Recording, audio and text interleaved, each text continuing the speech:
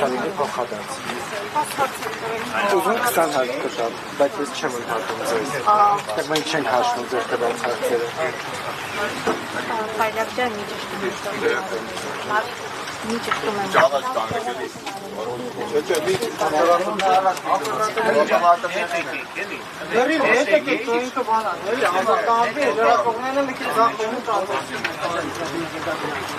Պարոն Իսրայելյան, որքանով էր արդյունավետ Արցախի նախագահի հանդիպումը եւ ինչ տվեց ձեզ այն։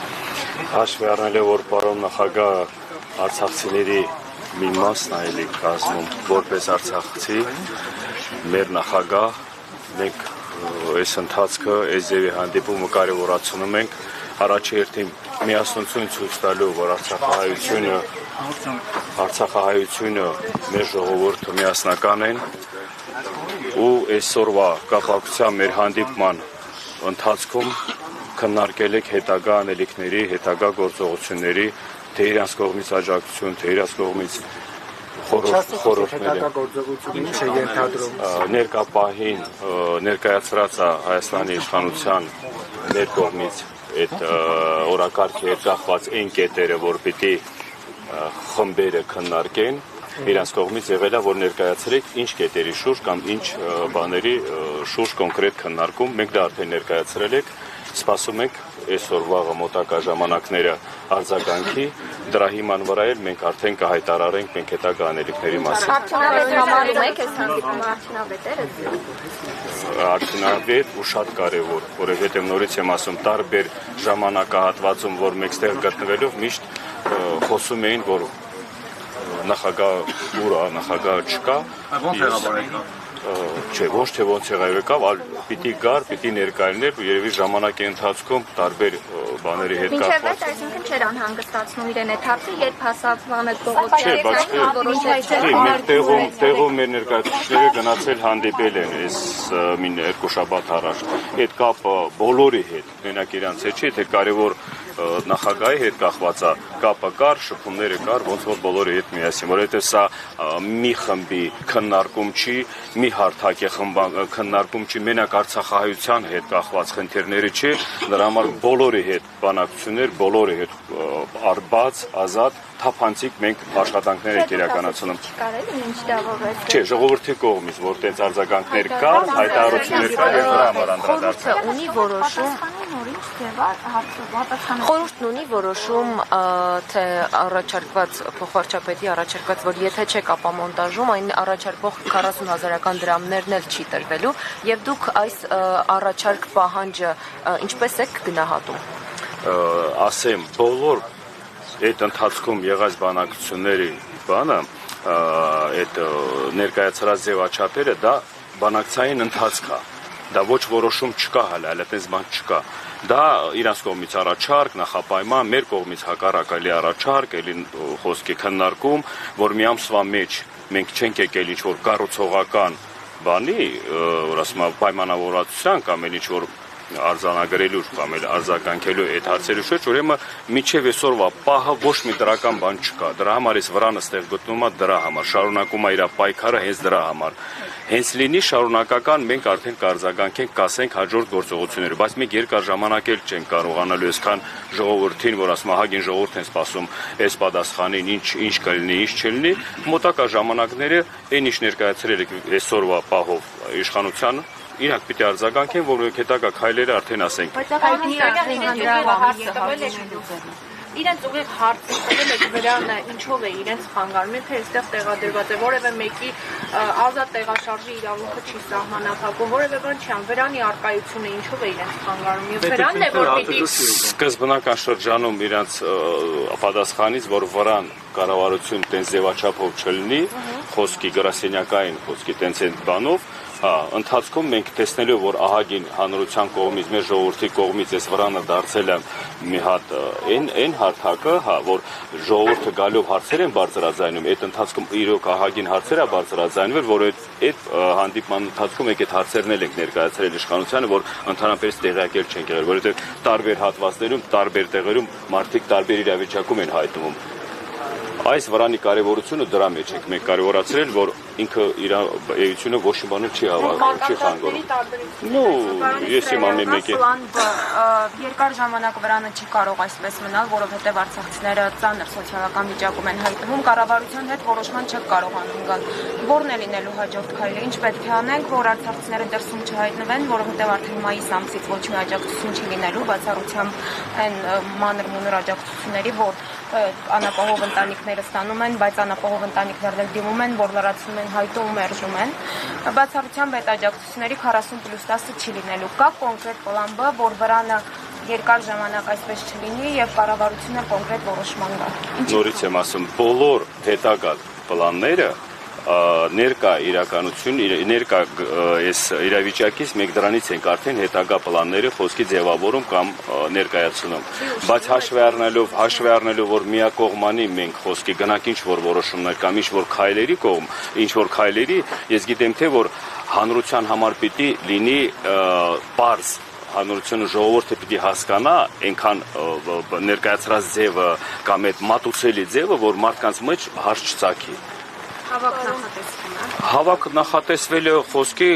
ինքը չի այդ հավաքի բանը չի փակված, բայց այսօրվա իրավիճակում մենք պիտի հասկանանք այդ հավաքը վաղվա օրը